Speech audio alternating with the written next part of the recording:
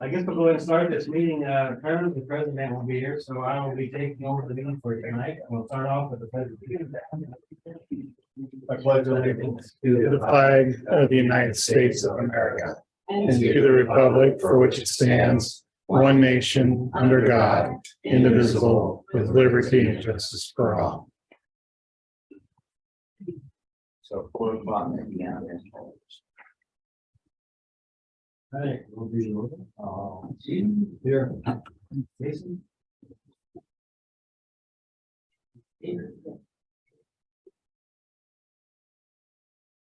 President's absence, do we know anything? I did not get any notification of being later on. So we. So take a motion to have it be an unexcused absence. I'll make that motion. I do. A second. Okay, a second. All in favor? Aye. Carries. Are there any additions or deletions to the agenda? And staff. Does anybody have any conflicts or anything we're going over tonight? None? Jason? Correspondence.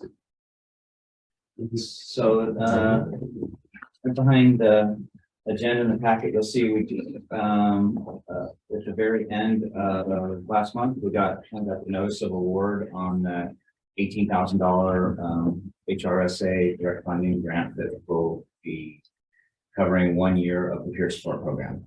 So it's the notice of award, and then the period performances we're looking at is September 22 through August of 23.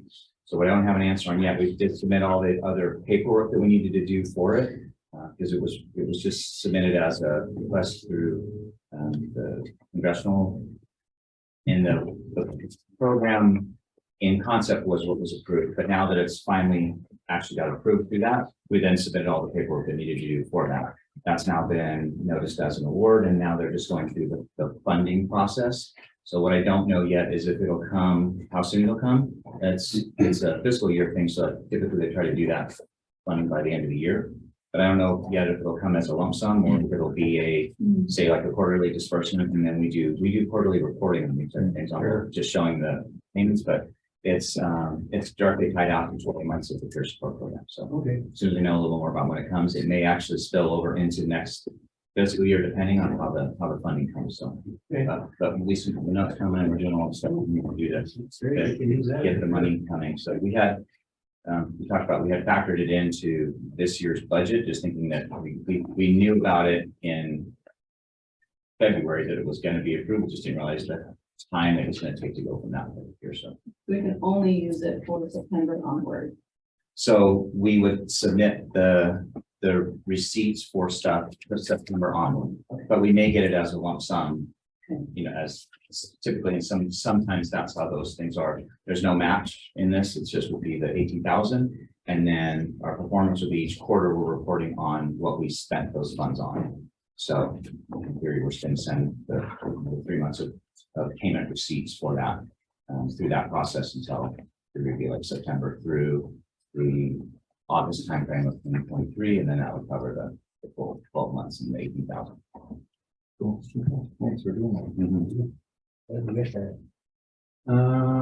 Public comment.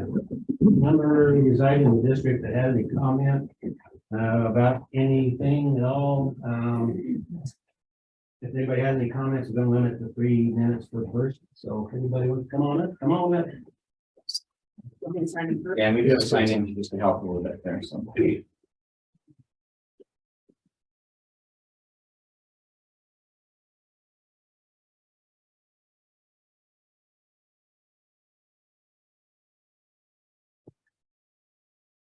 All right, so my name is Lisa Chalet, for those of you that don't know me. Really kind of have a bunch of questions that I want to put forth to you guys, and I'm hoping that you guys will answer some of these. These aren't all just my questions. Often I'm asked to stand in for people who don't feel comfortable asking their own questions. So, what is the intention of this board regarding the local fire union? There's been no movement on that. Are you aware we're at risk of losing as many as 7 firefighters due to the current situation? Overtaxing the residents from 2000 to 2014 has been repaid in part in form of the reduced mill levy. Don't you think it'd be more important to do due diligence to make sure that that overtaxing is actually repaid to the people who overpaid? I didn't, but I'm getting the benefit of the rebate, and I don't think that's right. No, I mean, I just am not okay with that. What are you doing to restore the public trust in the Wellington Fire Protection District? Is it true that a Zoll Advanced Life Support EKG, Advanced Airway Kit, and Advanced Life Support Medication and Procedures Kit have been loaned out or given to another agency? And how long has this district been without these assets? And I believe the approximate value of these assets is somewhere between $12,000 and $15,000 because they're not brand new. With longer response times for ALS care, are these life-saving resources that could help serve our district residents while waiting for an ambulance to come from Fort Collins? And did the board approve the release of these assets in a public meeting? Again, I stand before you to ask for answers and transparency. The last time I was here, I presented many troubling issues regarding the financial handling of this district with no response. Since then, the media has also run a story with no comment from this board. It is troubling to me that silence is the only answer that you guys seem to be willing to give. It's time for you guys to do better and be better, or just step aside. Thank you. Would you mind if we had a copy of your questions? You can come. I can have it, okay, that'll help, I was thinking.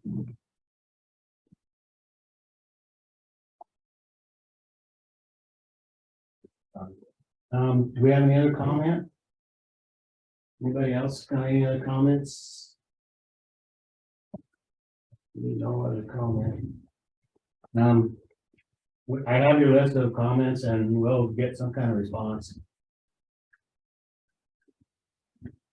We have a guest or presentations? None, Not scheduled. none scheduled, okay. Consent agenda. Regular board meeting minutes from September 21st, 2022. Anybody need to read them?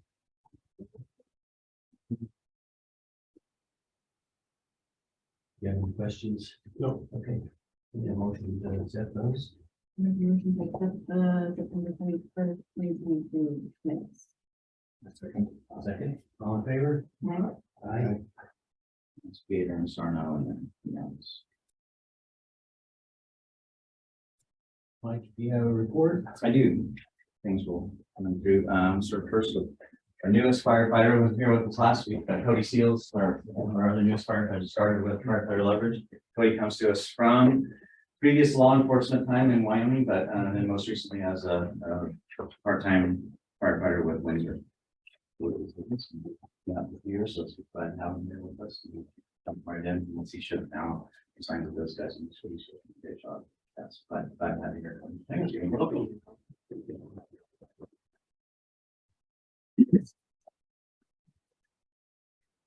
We are in the middle of Fire Prevention Week. It's underway right now. So we had ASHA crews on yesterday, visited Istone, did a couple of presentations to the kindergarten group, and then C-Ship crew on today, picked up with a couple of other classes of kindergartners there. Next week, we're still finalizing the final day and time, but we're scheduled to meet with the 4 classes of second graders at Rice Elementary. So we'll kind of put together whether it's going to be one big presentation or a back-to-back. We did two back-to-back presentations over the last 2 days with the smaller groups of those. So, so good job with that for our folks. And then the message this year from the National Fire Protection Agency is to plan your escape. And so we've just been using their media that they put out for us that are prepped and ready to go into social media, just trying to push that out today. So that's the kind of the theme this year was the planning your escape. So I'm pushing that part forward. We have shared a little bit in the last meeting, but we have been using Employers Council to help us with some general HR stuff with the departure of our HR during the beginning, end of last year. So we have a dedicated person now. We had just had help as we needed, and we'd get a HR consultant that would answer questions for us. You have a reviews back in thing, but we have a dedicated person now that lives in Fort Collins who's helping us as needed. And the project she's working on with us now is just we did an internal desk audit of our HR files, and then she's working on bringing those into compliance. So she's working a couple hours here, a couple hours there, working to get those through. So she'll be in tomorrow. We're going to do that. Her name is Michelle Hart, and she's done HR background for a while. So it's just good for us to just kind of pick off things that we need to do and prioritize some of those with the hours that we can do on that. So she'll be in tomorrow to work on some of that. We are almost done with our open enrollment this year for our health insurance. I think I shared it with last week, I don't remember, but we had a small cadre of folks. Don Doherty, Eric Jackson, and Evan Pettit that worked together to work with us and Sage to evaluate the options that were there for us, to evaluate the plans, share those input from other members on what we had. So we were able to offer 5 different plans this year above from the 2 that we offered last year. Some different options from PPO and EPO, and then a low deductible plan to hopefully kind of meet what everybody else would need to fit that in. The good part about it, with some potential increases in costs, but the flexibility of the different plans that we have available to us, we're still able to offer the same benefit that we did before, which is we're paying for any of the plans selected, we pay 100% for the employee, and then we pay 50% of the additional cost for whatever dependent level that's covered from there. So we're still offering that same plan for those. So Friday will be the end of that, and then our plan year starts on November 1st. So working through the finishing up enrollment from that. Kevin Pettit worked over the last few months getting the final bit of all the wastewater and water treatment plant permits, plans reviewed, everything done. All the permits are out, all the permits have been issued out, and then work's been plugging away and continue at all those sites. And then we're just expecting that we'll have the rest of the commitments probably within the next month or so on that part of it. We had a couple of days where staff did a bunch of work on doing just general yard cleanup on the highway 1 property. So a dumpster brought in, and they did a bunch of work to trim back trees, pick up the debris that was out around there, and starting to work on doing that to clean up the site. It's just one of those things that Ray took on the site and had a lot of stuff that needs to be done to, 1, just general cleanup, but 2, some tree maintenance and things to make sure we're not losing any limbs into those structures that they're using for training. So we'll continue to evaluate that and look at another opportunity where we need to either bring in some professional tree service, because some of the other stuff's pretty big. So probably have to take a hard look at that, have someone look at that, figure out what big branches that are over the houses, that kind of thing, and make sure that we don't have any instance in the snow season with that stuff that's gonna damage the structures. So appreciate the work that they did on that. Did a good job getting that cleaned up.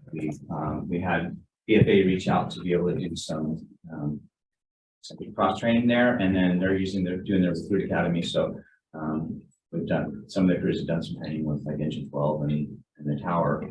So they're going to use it on a couple of days for their recruit academy with their new class. They have to do some search training and some safety and survival training. Gives them another structure that's different from the stuff that they normally train in to be able to do that. And then have offered up to allow our crews to just shadow during that time to watch the way they're teaching them and doing that part of it. So good opportunity for us to be able to do that and just keep that relationship good with them.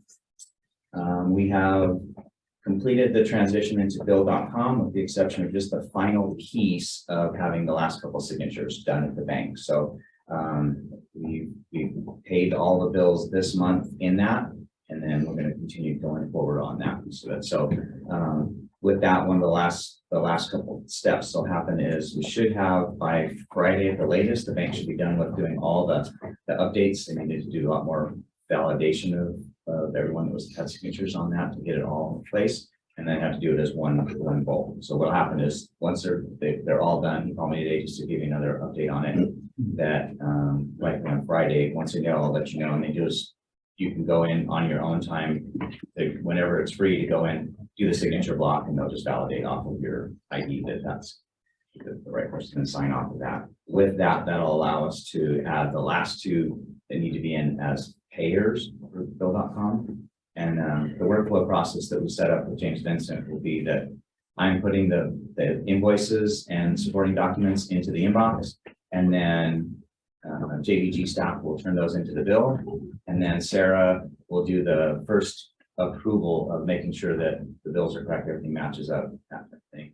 They'll They'll come to me to do another final approval to make sure that we're matching the right codes as intended to, that type of thing. I'll approve them then to go forward. With the dual signature piece, the way we work is the first board member will then be the next approver, and then the second board member will be the payer. And so that's how the process will go. And then we'll just look at starting with that. One of the things we talked about is really having more of a regular process of doing that, so that we're paying our bills more on a regular basis, as opposed to the old way of still signing checks and bringing all the checks in once a month or whenever we could sign. So we're looking at kind of on a weekly flow, and we'll talk whatever the board direction seems to work with them. They've done it in a few different ways through JVG, but probably have 2 people that are assigned for the week or the month, so that you know you've got to watch your emails and do that, and then we can do a rotating basis. Everybody will always have access to see all the bills that were paid and then all the supporting documents that go with that. But just that two process, so that we know that you're going to approve this week and you're going to pay this week. So it has to go in approval order, then pay order, just in that workflow piece. So I'm not the approver, I can still see the bill. yes, everybody can see all the bills were paid. And historically, what would be nice for it, and the bigger piece is as we move into the audit time and the audit trail piece of it, because we can do a one look. I'm not sure if I'm saying the term right, but from the audit piece, JVG can give access to an export load to the auditors so that they can see all of that. They can see the bill, they can see the supporting invoice, they can see when the payment was, they can see when it cleared, what account it came out of. So from that piece of it, rather than us pulling stuff and making copies and doing all that, doing when they do those random pulls. So we should be close. What we've done is one by one got people online and doing training. So we'll do that as we get to that last piece of it. If there's any questions, and kind of, And we went through, I like it, it's great. yeah. I'm excited to go to that. I think the last piece we'll look at is trying to do it frequently enough. So if we say, well, we want to do it once a month, or 4 months around, so if we do it again, it's harder to forget. So we may do it for once a week or something for switching off people to approve and pay, just so you start to build that muscle memory of how it works. And then we can talk about if we want to do it for 2 weeks at a time, a month at a time, or whatever the rotation looks like from there. So you're knowing I'm gonna be gone for a week. I don't chase my emails and or something. I've got some last signature things for President Pettit to sign, but I went through all the process through FPPA to do this year's audit and authorization of all the users, online access, and so all the forms are filled out. We just need the director sign it. Once that's done, each of you then will get the email invite to do the online access, and so that will give you the ability to pull the reports and get there. So for FPPA, the pension. Yeah, so we'll be updating all that. That'll do that. That's where the reports come out of for the quarterly treasury report, things like the actuarial study. When they do that, gets loaded into that. Access is coming in. Yes, finish off the signatures, load all that stuff up, and then load. That's all I have. On the Patterson property. Yes. I know I've asked you this, but I want to make sure we have liability insurance on We do. there. Okay. Yeah, we added that on right away with, but it's added on as one with the property and casualty insurance that we have through Tribute Agency. It was added in just as another one of the properties. Does that cover other agencies using that property? So that does, but we also have liability waivers that we have them sign. And so what we're looking at is those other agencies, so that they're being, the employees are being covered under their workers' compensation. And so then we have a kind of a standard training liability piece that we got from PFA that they use, and then ran it through our legal counsel right after the property. They signed off on it, and that's what we're using for our piece. Yeah. So from an agency level piece that sign that. There people. I have a question about the HR dedicated person. Is that a lump sum or is that like an hourly? We pay for hourly, and so we can commit. It's an hourly rate, and we committed to 100 hours. I think it's what it was, 100 hours or 120 hours over a 6-month period, which gave us the lower hourly rate. So and so I think we've used there's a list. I think we've used 10 or 12 hours or something like that so far. And what account does that come out of? I don't know off the top of my head. So, Okay, yeah. so I saw employer council kind of in different places. Yes, so it's Employers Council is we have a membership, we're a member of that organization that gives us access to certain things, and then the hourly rate piece of that. Come out of the different from the membership, right? Probably, I don't know, and so there's another question that we'll talk about, because our chart of accounts and act is one of the questions. Is we've been looking at that for a while, knowing we need to clean that up, but the time of doing that is more appropriately done during the budget cycle of that, because if we do it, when we do it, we'll have a harder time looking back historically to understand where money was spent, how we spent it, where we coded that out, because we'll start putting it into new buckets. So from that budgetary planning side, and that's relatively new for us to do that. And we've used Employers Council for other stuff. They have legal services, they have HR services, they have other things. So depending on what we contracted for them to do, we may use drop it into a different appropriate category for that. All right, well, President Pettit is here now. I'll turn the meeting over to him, and we are just coming up on, we just finished Chief's report. No district business. Well, first, my apologies, I got hung up in traffic on the way from work. So let's go into district business, our monthly financial report. Balance sheet, reconcile cash balances, profit and loss report, income and expenses by month, and monthly disbursements. 12 months cash flow. Everybody with me? Yeah. Gabe over from James Vincent. All right, well, good afternoon, Mr. Chair, members of the board. You guys have the September report in your packet. So starting off with revenue for the month, we brought in 92,956. That was over budget by second. 58. Sometimes the computers work, sometimes they don't.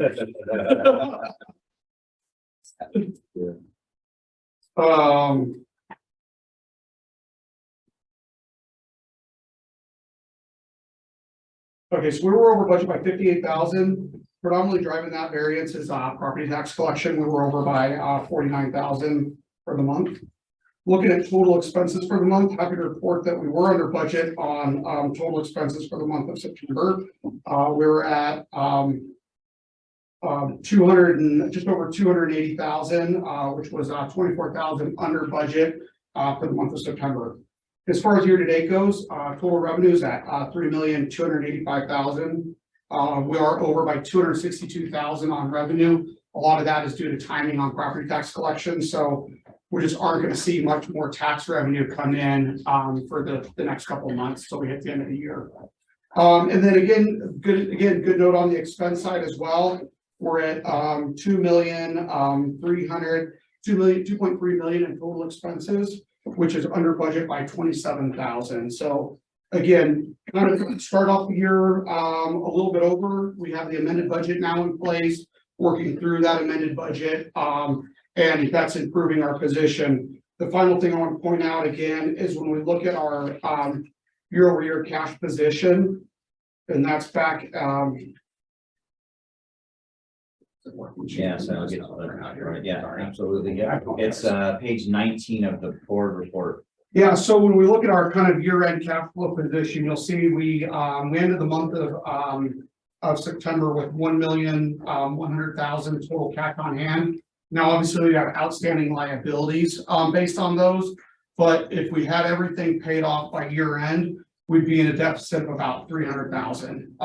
So again, we're continuing to move in the right direction based on our management of the expenses and the revenues coming in. So happy to answer any questions the board has. You want to, so Director David had sent some questions in. You want to jump on some? Yeah, there? some of those. Yeah. So I think Director Gator had a lot of questions regarding some of the categorization of expenses. I think we all kind of acknowledge the chart of accounts isn't set up the best. And as we get into the budget process and the budget workshop, we'll discuss kind of that remapping and realignment of that. So we can go forward with, which makes more sense. I mean, from an overall expense tracking standpoint.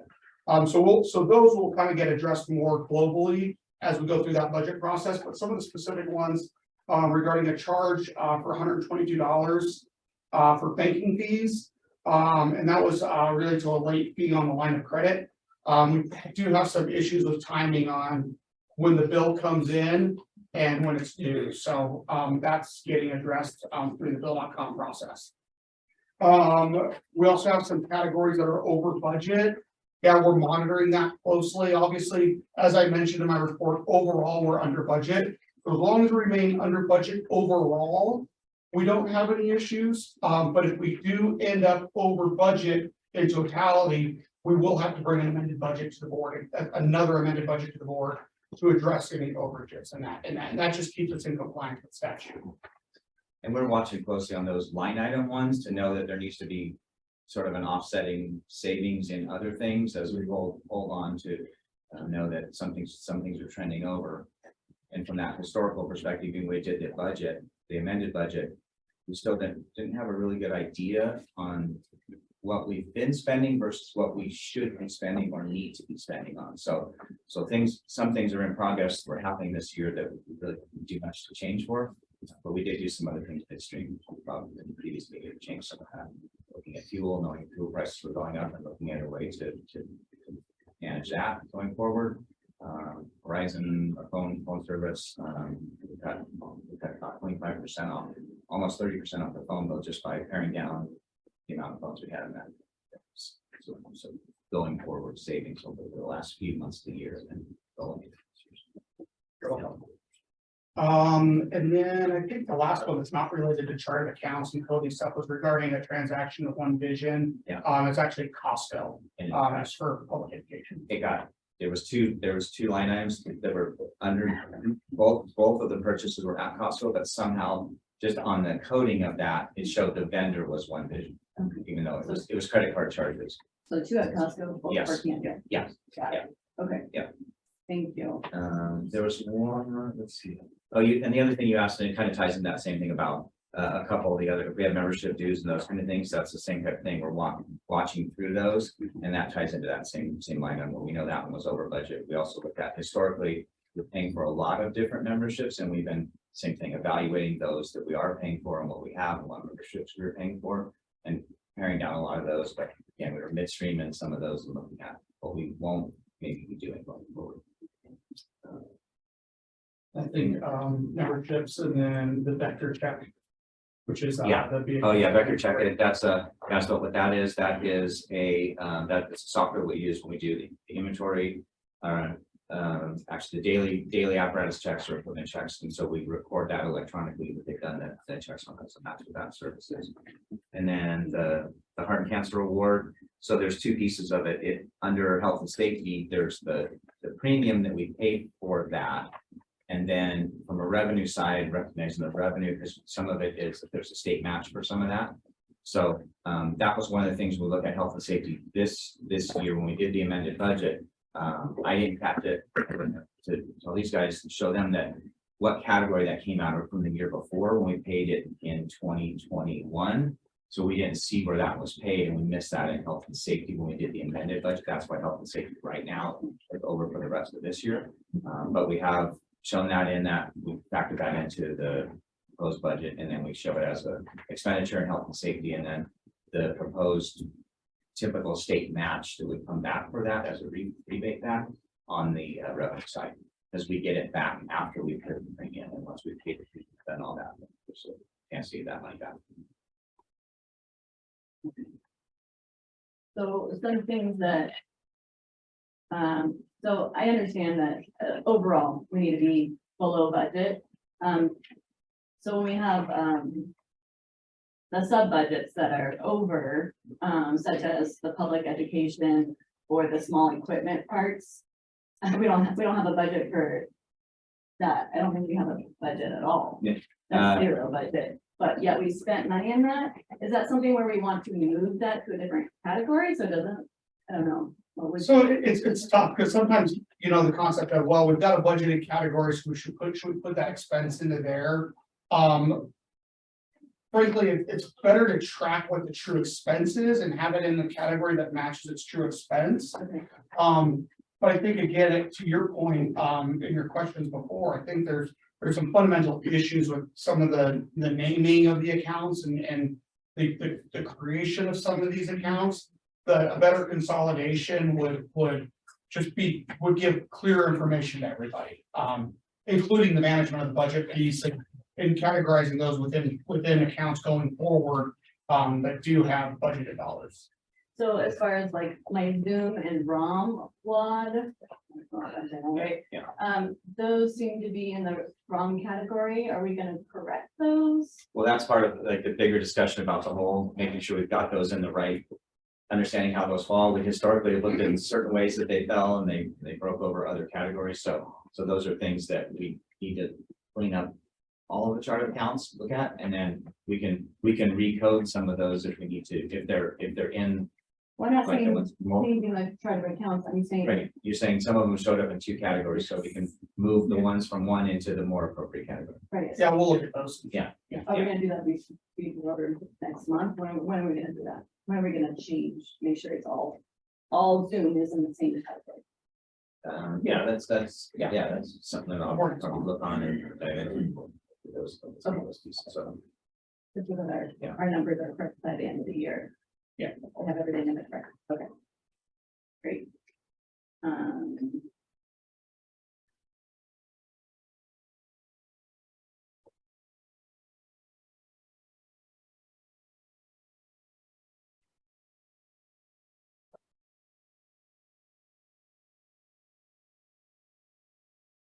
So.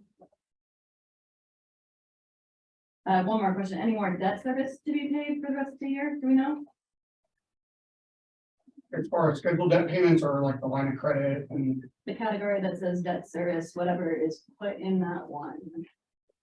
so that's predominantly our lease that's purchase what payments. we made both of those. We made both of those this year already. So the two lease purchase payments we made basically in April. So those are the two of them come together. They're the third that we don't get. There's actually three. I take that back.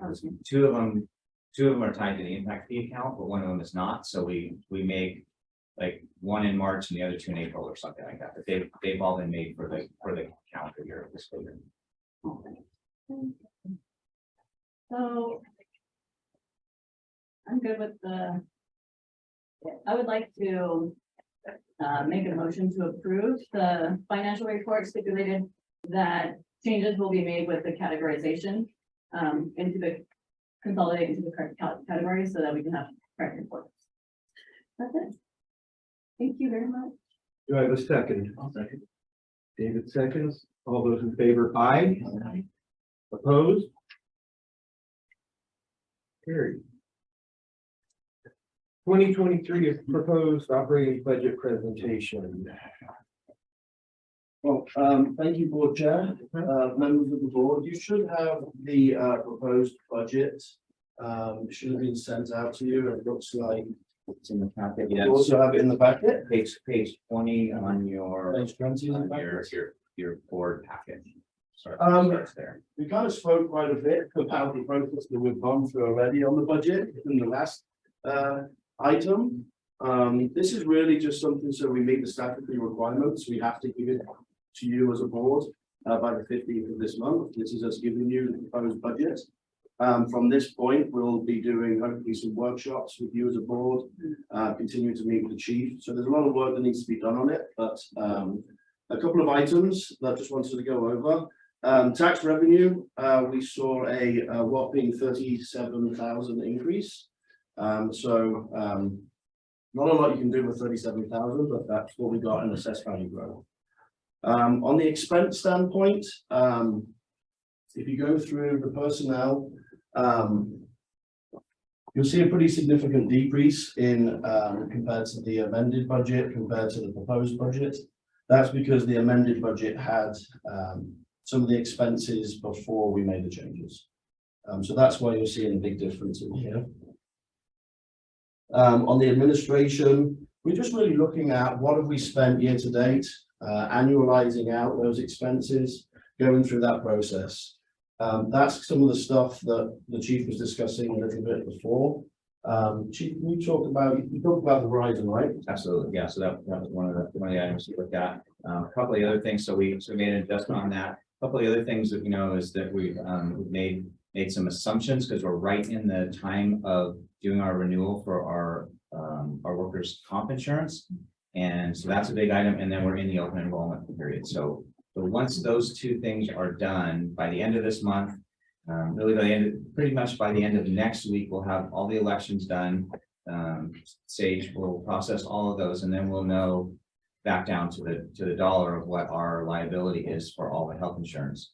And then we've done our payroll audit based off of our proposed budget for 2023 to give to our workers' comp insurance providers, so the underwriters can finish that piece of it. We are anticipating an increase in the cost of workers' compensation insurance. Our mod rate is slightly down a little bit from last year, and then it's tied into salaries. So we would anticipate that it would probably go down some, but we're holding really close to what we have last year, because the amended budget drove the anticipated salaries. With the changes that we did, we may see some level of a rebate this year, as I shared in an earlier meeting, because we underestimated salaries from proposed to actual last year. When we do at the end of each year, they do a true-up audit where you actually have to provide all your salaries to them. We paid an additional $10,000 in premium this year in the workers' compensation piece for 2021's salaries and their insurance. So we would anticipate we probably won't have that happen in the beginning part of 2023 or 2022, because we overestimated going into the year what we're going to actually finish the year with. So that's the silver lining out of that piece as well. And so that, and then a couple of other items. So if you look into the fleet and facilities, we did increase some of our maintenance items because, quite honestly, some of the maintenance has been deferred because of the cash flow issues. So we did increase those expense line items with the assumption that we may have some more maintenance than we've seen historically. And then if you see under the training, health and safety, that 10,000 increase is in relation to what the chief was talking about earlier, about the cancer insurance. So really not a huge amount of detail on it. This is really the start rather than the end, but would happily answer any questions that you may have on it. I would love to get a workshop organized before we finish. Wait for the workshop? I would prefer to have the discussion in the workshop, because we'll have our spreadsheet open and we can kind of delve into a little bit more. We can show you the historical analysis that we've done. But yeah. I will wait for the workshop. Perfect. Thank you. Thank you. Any other questions?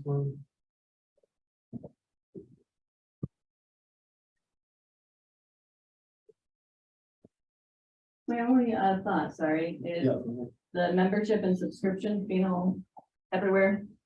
If we could get real clear before the workshop, by the time of the workshop. Yeah. Of what the actuals are for membership versus subscription, so we can have accurately budget. Yeah. That'd be great. That's it. Thank you. Are we going to try to approve the budget by? So the item number 3 would be the next piece on that. And so, Okay, so everybody. yeah, that's okay. Yeah. So there's no, it's just statutorily, we just have to deliver the budget before the 15th. So we've met with the presentation and delivering the budget to the board. That's what we're covered on now. So the next item for item 3 would be then the adoption of the budget, holding the budget hearing and the adoption of the budget. Typically, it has to be done before December 15th. December 30th, but there's other things that happen earlier. So for us, it's our December board meeting typically where we hold that. And we just need to confirm, the board needs to confirm that that's the date that they want to do that, so that I can do the newspaper posting. Yeah. Do we want to set the work session? That's what I was just. We can do that. I have it in Oh, the I'm agenda as calendar items for when we do the next meeting, so that's okay. That's all right. I don't think we I don't think you need motion. Motion, We're good with is that good with everybody, December 14th? The second, It's our regular board Yeah. meeting. Yeah, it's our regular board meeting. If we do a work session between now and then. Okay. Okay, So I will go ahead and do the posting as of that date for the board. That we're going to do it. Okay. okay, board discussion items. Yeah. We did that. No, it should be in there. Yeah, yeah, and so it'll be first one. Oh, you're Yeah. changing things up. on me. Well, it's just got the page break. I probably can do the page break more to make it get away from that. Submission of 2021 financial audit. So, completed. just to close the loop with the board on that, since our last meeting, the audit was submitted on time by the deadline. I did share that with the board, so sent the copies of that out. But then also just wanted to include that in the package, just so that there's copies there, as a record from that part of it. It's been submitted and it's gone through the acceptance process, so all the work with that, so it's done and submitted for the year. If there's any other questions or anything that we can talk about there, or if we want to talk about it at another point, we'll just everything of what anything from the audit. talk about it now. I just mean if it's general out there, it's like this opportunity, if there's any standing questions, nothing was sent to me before. Oh, yeah. After that, and also, I just have, comments. I just want to say thank you very much, Chief Patterson and JBG, our audit, for 2021. We were over budget in every single category and we're doing much better this year. So thank you so much. That is not good. And then the total over budget, which is, as they say in here, may be a violation of state statutes.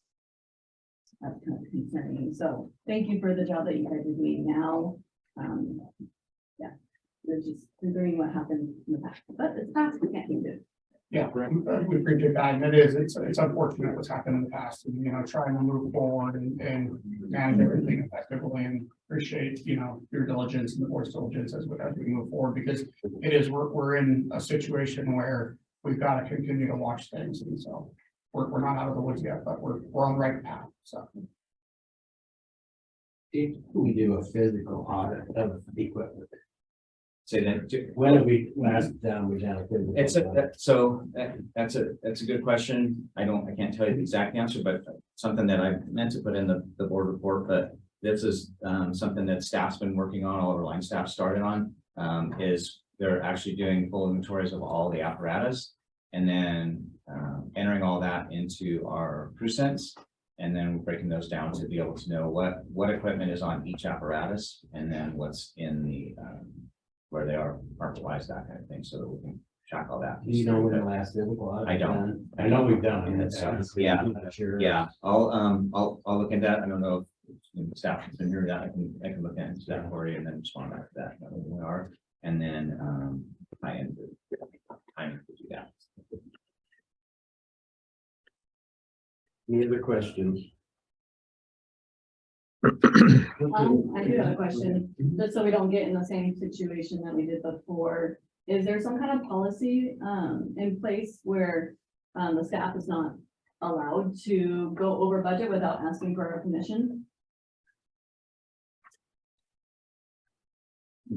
Line item piece or the whole overall. Well, I guess line item piece, because why put a budget together if you're not gonna follow it?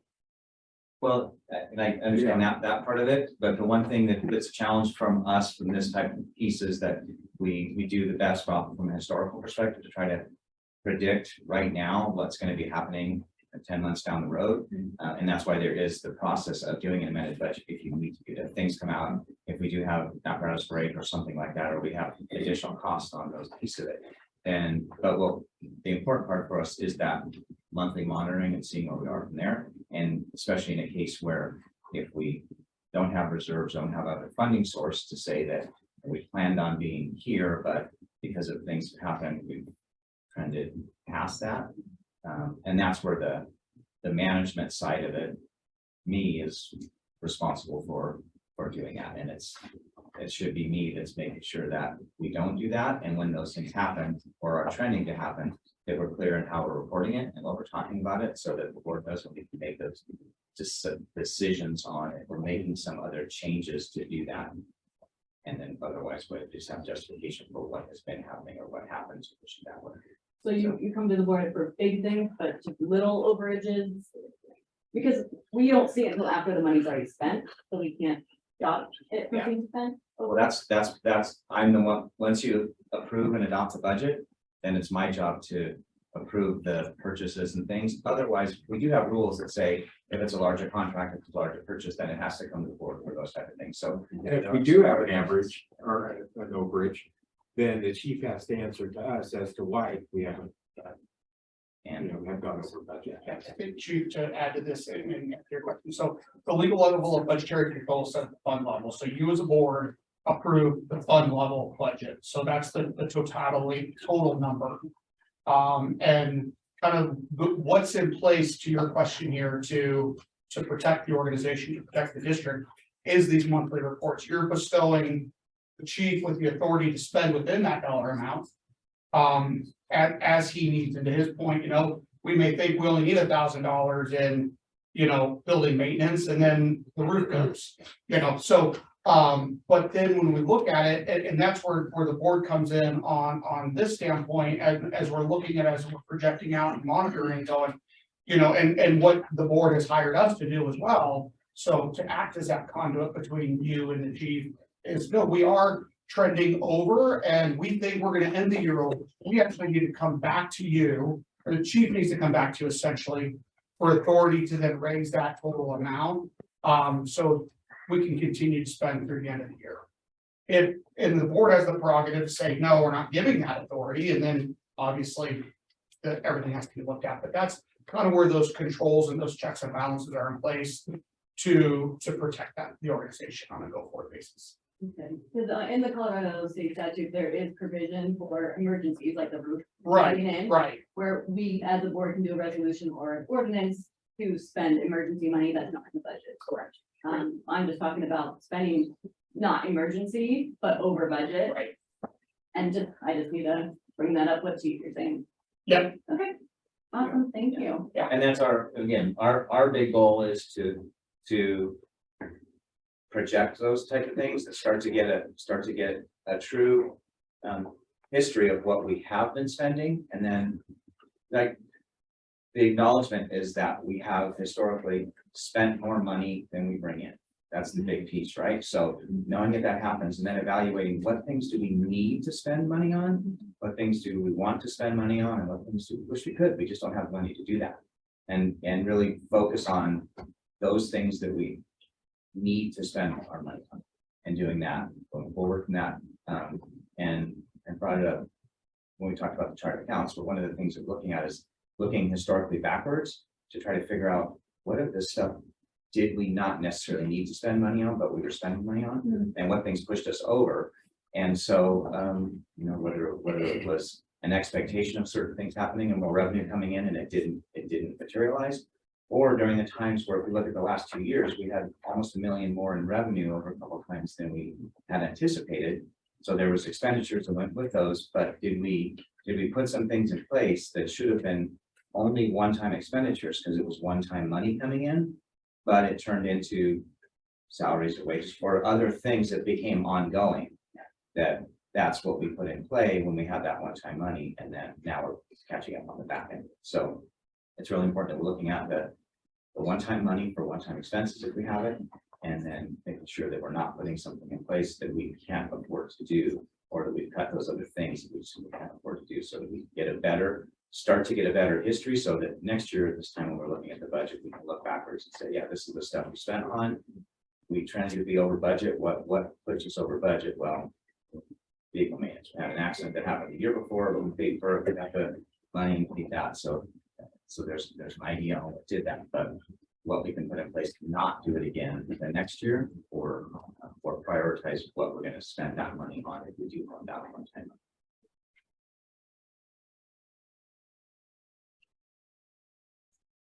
Okay, if there's no other discussion, we'll move on to draft resolution adopting income for procedures. So there was, when we did the last work session we did, there was only, 3 of the 5 board members that were there. And so the question that was asked prior to that, to get, legal advice from our council was, what does the formation of the union, what does that mean for the board? What does that mean? And so the district council sent out, and I shared it through email with the board, to saying that what the district council has done in the past in these cases is recommending some way to codify what meet the purpose, and for the board to give direction, either whether the board's doing that piece or whether the board is bestowing on me the responsibility, whatever the board's direction, whatever the board wants to do for that. And this was just it's just a draft document that they put together for the board to look at, consider questions, address those questions. So it's not a proposal right now, because it's never talked about it as the board. 3 of the 5 board members were at the work session, but the other 2 weren't at the meeting where this was shared in the work session. Or so shared the email to the board, but that's all. So it's really at the board's discussion on what the board wants to do next going forward. The resolution sounds reasonable, but I would like to hear from the union as to what they think about it. What their thoughts are.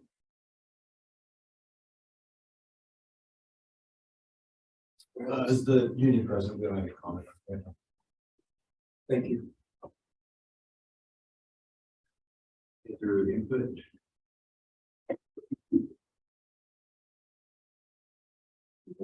You don't have. Your advice?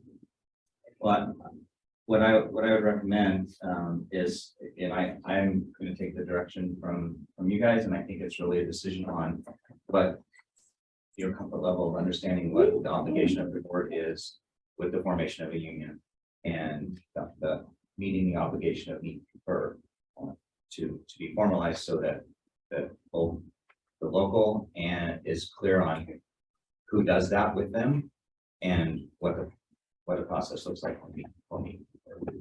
Does the board want to do that? Does the board want to defer that down? Does the board want to name certain people to do that? That's really kind of where that step is. And so from clarification, if there's clarification needed for the board, district council would really be the proper place to ask those questions and get that clarification, help the guidance, but it's the board to make a decide on the direction. Right. Ken, I'm still a little bit confused about a lot of this for the actual purpose. I know when it says, safety and equipment. When I look at, I've been associated with this department for 32 years as a member, a chief and a board member, and David even longer. To my knowledge, you can correct me, there's never ever been anything denied that has to do with safety for people. So I don't, this doesn't include compensation. I get it. So I guess at some point, if you could comment down the road, maybe what does safety and equipment mean, if that's why we're doing this? I'm just like, Yeah. And I guess for myself, I would like to meet with our legal representatives and get some clarity on it. I'll be the first to admit I have very little knowledge of unions and stuff. So I would prefer some clarity from. How's everybody else? Well, this came from legal, counsel, the resolution, so you just want clarity on some of the wording in it, or? Yeah, like Steve was saying, What is that? and I guess, And other matters relating to employment, I don't know, right, it's pretty big also. So I agree on lots of clarification on the wording of that. Big word. But can they meet and confer with you without this, us having this, like they can do it right now, right? You're not waiting on us. Yes, Okay. the only direction really from the board piece, and we've had meetings and we've discussed, but really. Is it me that the board is directing to do that, or does the board want to do that? That's really where that's Yeah. really where that comes, because. It's the board that has the obligation under the firefighter safety act. right, And so that's really that piece of, We have the obligation to approve. to meet and confirm. Oh, we have the obligation to meet and Yes. confer. And so I did, and I would, or we could have the chief do it representing the board, essentially, right? If it's our obligation, so I did share, and I think everyone should have it, and I can provide copies, but the full context, and I would gave it out during the work session, those are the whole entire firefighter safety act. I think it's a long document, but there's a lot of information in that would help understand at least some level, maybe answer some questions to maybe direct if there's more clarification that's needed on what to do or where the obligation is and what that looks like. can I ask the union president again as to whether it'd be more cumbersome to meet with us, because you have to meet in a public meeting versus meeting with him individually? You could just meet anytime. I think we'd be both open to both options, but it wouldn't necessarily need to be restricted to one or the other. And again, I would talk legal about it, but you could, two board members or less than can meet to have discussions, right? But no action would take place, and then whatever discussion would happen would come back to the full board for that piece of it. So, Well, we can form a committee too with two yes. directors and the chief. There you go. Let's do that. So that would be something that. That's the probably first one. Perfect. I like that. So I would say that, look at, excuse me, making sure you learn what that looks like, and then provide some direction on what, in the form of a resolution or whatever, however you want to formalize that, so that it's completely clear on how that happens. Okay. Yeah, so it'd have to go on the agenda for next month. Well, let's go that path first, set up a committee before we go further. So if we can have that on the agenda for November 9th. One thing, I think because we're on no time frame on NBC. Yeah. No time frame on it. And I don't want us to make any mistakes with this, with this being something we do to the district. I think it takes some time to do it right.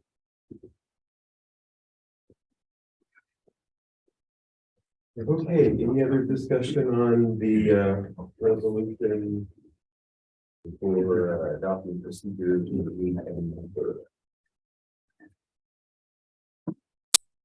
So on December 9th, we'll have it on the agenda, and then we'll go from there. On November, what did I say? December.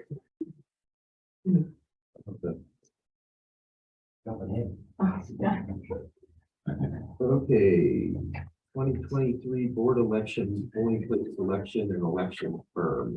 So this is, again, it's on the agenda as a discussion item, so that I can get some direction from the board on which they'd like to go. And a little bit of history on what we spent this year for the election, and then a bit of information on the proposals that we received last year for that election. So I can give just a little bit of background on that to help kind of decide on direction on which way the board would like to go. So, excuse me. We're at 13,826 this year in total for the election.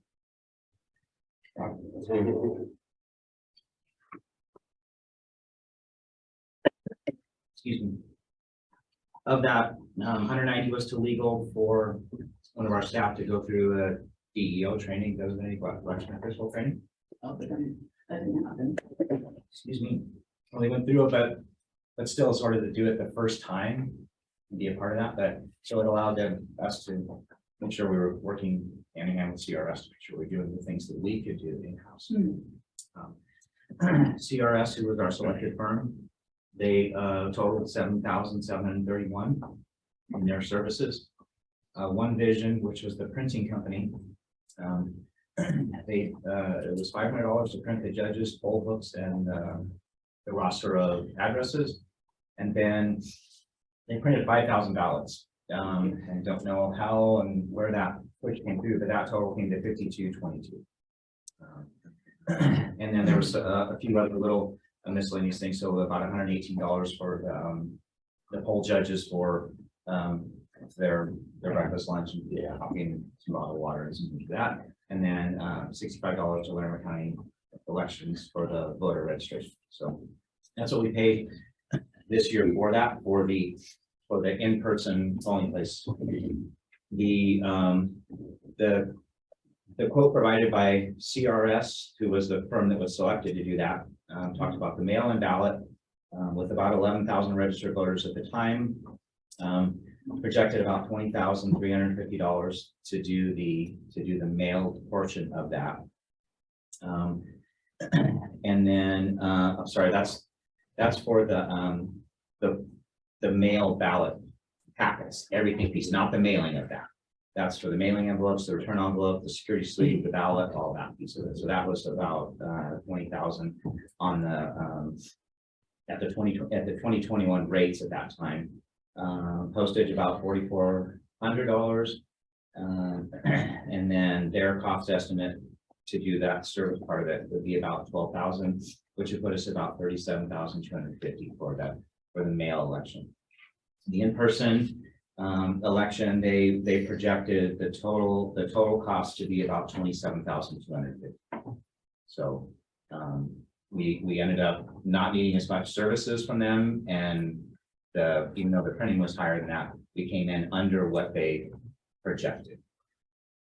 Why did we budget only 8,000 if we knew that it was gonna be more? No, we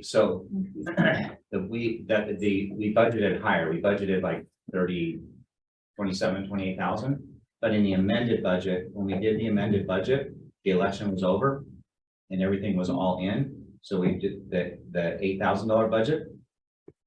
One Vision never sent us an invoice for the printing of the ballots, and we ended up getting, even though it shows in the month, we did that piece of it, but we didn't get that invoice for like 4 months after the election. And so that never sent that forward, when sent it off to the wrong vendor or to CRS or something like that, and never came forward. So that last cost, that $5,222 came on top of when we were all done with doing the amended budget in June, when we thought we were all done with all the costs of that. So for this year, right now in the draft budget, we factored in about the same cost that we actually spent this year. And that we should be able to, if the board's direction is to do an in-person election, based off of that cost, we would still would request staff to look for a proposal. So we had 3 firms that we reached out to and solicited. We got bids from 2 and a declination to bid from the 3rd. So we had 2 to select from, and the other one was actually higher, the lower cost with CRS than the other one firm. The other firm quoted us rough time and materials of reviews of 5,000 to 8,000 for time materials, and then all of the additional ballot printing, mailing, any of those things on top at actual cost, but didn't break down and give an estimate of what that did, but compared the 2 across. Like this more to that. So factoring in the cost estimate for a mail election, we're probably at least 37 to 40, or in person would be 13, maybe a little less, if we don't print as much. Many ballots. So really at this point, from a timing perspective, I have I have reached out to CRS, and because we were in their group last year, they're holding a spot for us, but we would still, based off the cost of it, we'd need to do a bid process. SAS for asked for formal bids, so at this point, I think from a timing piece, we're just looking at the board to give some direction on how they want to handle it. They would like me to move forward and get bids a certain way. You have to get. I would try to get 3 days. Yeah, Right. yeah. And there's actually, all things considered, there's not that many firms that do that out there. It's at least my understanding from last year. I came in right at the time when they were going through that process and struggled with that a little bit last year. So. And of course, the statutes just state that you need to do to your best effort to get the bids. Oh. Can I just, a general note about the election? I brought this up a while back, and it's certainly a concern. Conceivably, it could end up where this entire board is made up of all people who reside in Wellington. Technically, maybe outside the city limits, but I mean, you guys don't probably consider yourself Waverly as Buckeye. And I'm speaking as a homeowner and a taxpayer now in outside of Wellington would be a concern, a real concern. And I'm not talking about me, I'm take me out of the equation, but in general speaking, it could certainly happen. And I've had a lot of people that have expressed that concern to me out there. It's just different. It's just, you know, like, it's just, that's just different than living right in a town. So I'm not sure what the best way to address it, but I think it needs to be addressed. Granted, there aren't as many people out in the, Waverly, Buckeye areas or in town, I get all that, but we still pay taxes. Yes, too, the same and taxes. deserve the same kind of protection, both from a service standpoint and a representation standpoint. So we're concerned of mine as a homeowner taxpayer, not as a board member. Like a ward type thing, A ward outside, or district or in, something. yeah, inside, outside. And just the same thing. I don't think, people in town wouldn't want all 5 board members being out in Waverly, Buckeye. I would think. I wouldn't, you live here, I wouldn't do people like that. No, it's a great idea to have equal representation from the two. That's great. I like the idea. Is there, how do you go forward with like a ward type district? Well, I don't know exactly on that. You'd have to find, again, go back to the legal counsel. Because I've never read a statute that. We used to be that way. We did at one point, we did have, It had to be representative one way, really one Buckeye, one out, and 2 from Wellington. But that was back when there were no elections and because Well, no one ran. we had elections, but there was actually people who were running. No one was ever. I don't know why that was taken out, but it was. Can we find that wording somewhere? Yes. Yeah, go with your hat. We're talking like 20 years ago, maybe. Yeah. So. When usually for a board member to leave, they left a vacancy. So then that gave you a little bit more, The way it was if latitude to. somebody used to, you open that up for them, if they had to apply, they could shot it, if they didn't, then it opened that. Yeah. As a whole. But yeah, you couldn't just say, well, somebody has to, but Oh, yeah, that's, but there's a provision if someone from that area didn't want. Mhm. they got preferences. So. I like that idea, of going back to that. However, we want that to look. Figuring that out. Guess you'd have to ask legal counsel on that, see what we'd have to do if the board decides to pursue that. That's what I think probably. Well, it depends. I mean, if the board, I'm only one person, but again, I'm speaking from not as a board member now, so it's up to the board whether they want to think it's valid or not, so. Well, we can look back when you had Sue in the story. I didn't say anything, and I know you guys do a good job. So I personally, am one of the board's doing the perfect job. And either. Yeah, but it was never unanimous. It's never been unanimous in the third year of one or the other. There's always been equal. Right, but you had 3-2 last time. So I mean, Right. play the game the other way. Well, number one, I don't think it's a game, but I'm talking about, it could be all 5 people from all. That's not 3-2. When we come up with a way of doing it, that's fine. If you open that up first, no, That's all. what are you gonna do? Well, as long as you open it up, then it gives people a chance. If you open it up, and nobody does, then we have a provision. If you can open up a provision to get that area or district zone or whatever you wanna call it, open for that person, that's fine. And then if it doesn't go on, we're not making the rule. But Is that something that we're gonna bring to work session to iron out? It depends on what John would say, I guess. Yeah. You get John Yeah. Camille, like to say first, and then follow up on that. Yes. There's enough interest in doing it.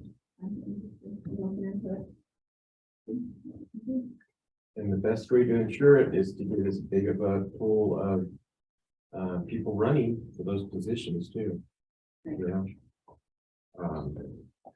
So, but if we could get some opinion from legal counsel, right, as to whether it's. Would you like me to do that? Should we do that? I'll connect with him and find out if there's precedent for that, if there's draft language, and, Seems like we did it before. yeah, I'm just meaning, the only part, I guess, would be timing, right? Because we actually have a short window to figure out how would we do that. Is it just in our bylaws, and our bylaws, so we can do it in only one reading, but is that, right? But it's, I don't know, if it's a bylaw piece or what that. Right. You know, I'll Or if it's even feasible before this election or not, yeah, Timing. government works. A lot of things that hurry up and wait, so. I do have a question. Sure. You're gonna go out and get quotes and bring back the proposals at the next, whenever. Yeah, Next meeting, hopefully the and next meeting, because We'll talk because about of the it. timing piece, yeah, to be then, need to make a decision to get somebody selected so that they can be on the plan to go forward and vote. And if you could also include either in November or December's packet, the deadlines, just a basic. Yeah. You know, outline, I'm sure whoever we go with, they'll give us a detailed Yeah. break it down yeah, day by day, Yeah. because that's to be done by this day, Yeah, this day, and so on and so forth. That's one of the things that they, that the previous one did for us. So Right. I can look at them and see if I have a copy of the last one, because they may not follow exactly the date, but it gives us the rough idea of that. Yeah, so if we can have just that rough end of it, would be great. Do that. So I think that all covers all of our discussion items. Next, we have other. So any board member has any other free up at this time that was not on tonight's agenda? Keith, any other? No, I think really it was kind of a catch to lead down to counter items. Yeah. So the first part being, we had the discussion about that with the work sessions. We've done the first proposed board. So there is no other deadline between now and then the October 14th. So we don't have to present another revised version by a certain date. But in the posting, what we'll show is that the current proposed budget will be available for review should anybody from the public want to see copies of that. And then anytime we make any updates, if we make any updates to do that, it would probably be best practice to keep whatever update that we decided to make out of a work session. If we said, let's move this, change that, do those, then that version would be the newest version that is available to. And as we continue through those revisions, then the final proposed budget for 2023 will then be presented at the budget hearing that will take place in December. So, really, I think as soon as Well, we yeah. do that.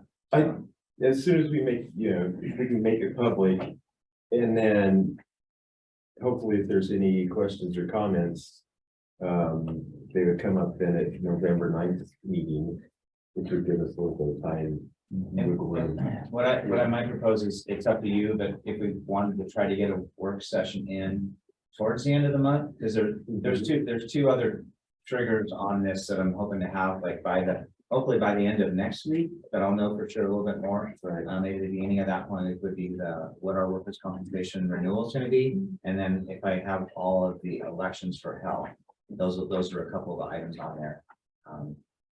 And then, and the other election kind of piece that we're looking at is any additional updates to the 457 elections. And as people roll into more years of service, then they qualify for a higher percentage of match. So trying to refine that a little bit more based off actual elections and then the years of service. So you're saying after the 21st, would be good, after you have all the, you'll have another. Yeah, so I mean, I would say potentially if we're trying to do it on a Wednesday. Yeah. The 26th would be right in between the two meetings, but. It isn't really anything. Yeah, and whatever the board's comfortable with, we'll do that down. We, I would prefer the 26th because not election day, but election activities. on the second. That's fine. When's your football practice over? We do 26, I'll just come, I'll be here like. If you want to do the second, can we just do it later? I could be like at 5. Yeah, no, I think we do it at 5 anyway, right? We're there for you. I know. A lot better for me too. That's fine. That works then. Okay, so. The second, Set a work session for November 2nd. Yeah. At 5 p.m. Here at Station 16. yeah, And then, other than the work session, is there anything else the board would like to have on the agenda? Okay, what I'll do is I think we wanted whatever comes back from legal with the wards. if I can add that. If it's there, I'll add that. So it'll be budget discussion. Or Something, Yeah. whatever kind of word you use. just an update on the Yeah. second, and then make sure it's still on the agenda for. I don't need that. Yeah, so we can, whatever comes out of that work session. Yeah, Then make sure whatever's there to be organized. And is that it? And then the meeting comes for committee. Would that be also on the?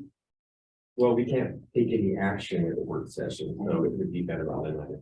it could be discussed. We can discuss it. Discuss it if there's. Is there anything we need to discuss, or can you just make a resolution based on what we said?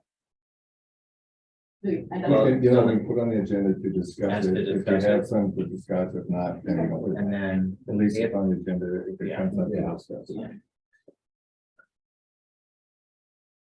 that is- That'll probably be plenty for a work session. Unless you want to bring your sleeping bag.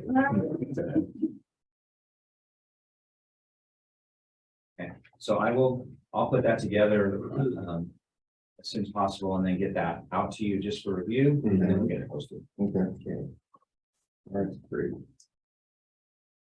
Anybody have any, again, we'll go back to any other comments, questions? Any business for tonight?